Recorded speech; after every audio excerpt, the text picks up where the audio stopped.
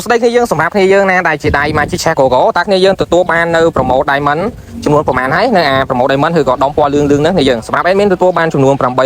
860ใน promote diamond ហើយสำหรับวิดีโอនេះគ្នាយើងណាដែល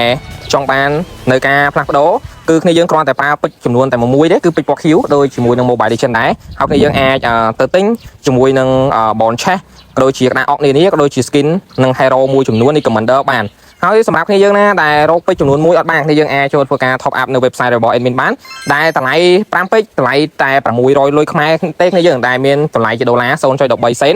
ហើយគ្នាយើងអាចទិញបានសម្រាប់ admin គឺធ្វើការទិញទៅលើ Bond Chest ឬក៏ក្តារអុករហូតដល់2គ្នាយើងហើយសម្រាប់គ្នាយើងវិញ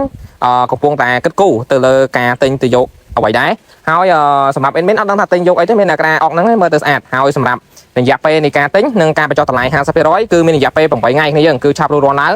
គ្នាយើងអត់សូវមានឬក៏ចង់បានស្ដាយប្រម៉ូទ diamond គ្នាយើងចំណាយតែ600រៀលទទួលបានហើយគ្នាយើងហើយសម្រាប់វីដេអូនេះគឺមានតែប៉ុណ្្នឹងទេហើយគ្នាយើងបដូរយកអ្វីក៏កុំភ្លេច comment ប្រាប់ admin នៅខាងក្រោមម្នាក់មួយផងណា